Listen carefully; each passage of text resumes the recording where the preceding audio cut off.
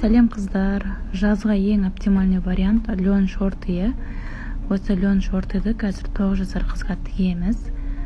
Ол үшін осындай бір жарты метр материал жетеді. Мынау лен холодовка дейміз, сондай мұздай болып тұрады. Әйтеуір салқын жазға өте тамаша материал. Бұған арнайы бір выкройка керек емес, өзіне дұп-дұрыс келетін шорты болады. Өйткені мен кең юбка, мына суреттегідей юбка шорты тігетін боламын. Осылай дәл мен көрсеткендегідей қылып тіксеңіз болады. Немесе сізде трикотаж материал болатын болса, мынау велосипедка сияқты тігетін болсаңыз, өзінің выкройкасымен ала бересіз, ровно шортыны тігіспен кесіп. Мен осылай кеңінен қылып алып жатырмын. Менде юбка шорты фасонда. И жанында түп-түзу қылсаңыз болады. Мен осылай круглый қылдым екі жанын. Осылай кесіп алғаннан кейін енді алдын алып алыңыз. Жаңағы шортымыздың алдыңғы бөлігін аласыз да.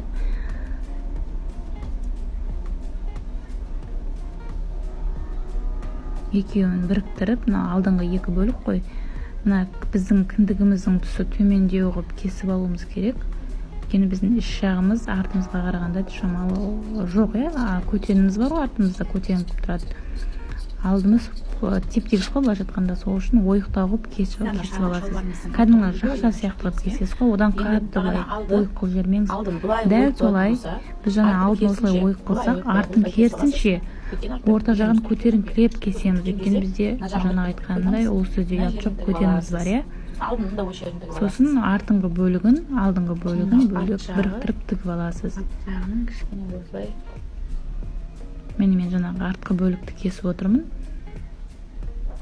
Қатты ойық қылудың қажеті жоқ, кәдімгі жақша сияқты болса болды.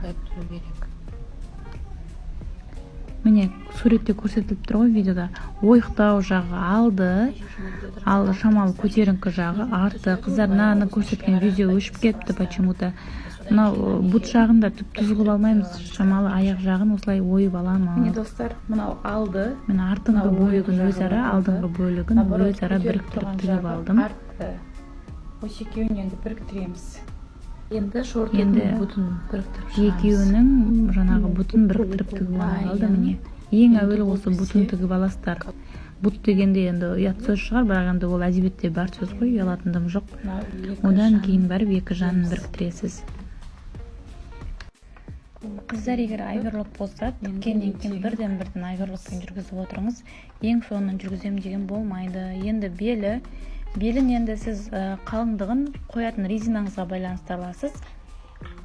Ал белінің ұзындығы мынау тігіп жатқан шортымыздың ширинасымен бірдей болу керек. Менде арты бөлек, екі бөлек болып тұрғасын ең әуелі оны біріктіріп алдым, және біріктірген кезде міндетті түрде резинаны кіргізетін жерін қалдырамын, міне. Енді оны осылай қайырып, мынау шортымызға іш жағынан, сыртынан емес, ол кезде тігісі теріс болып қалады. Английский булавкалар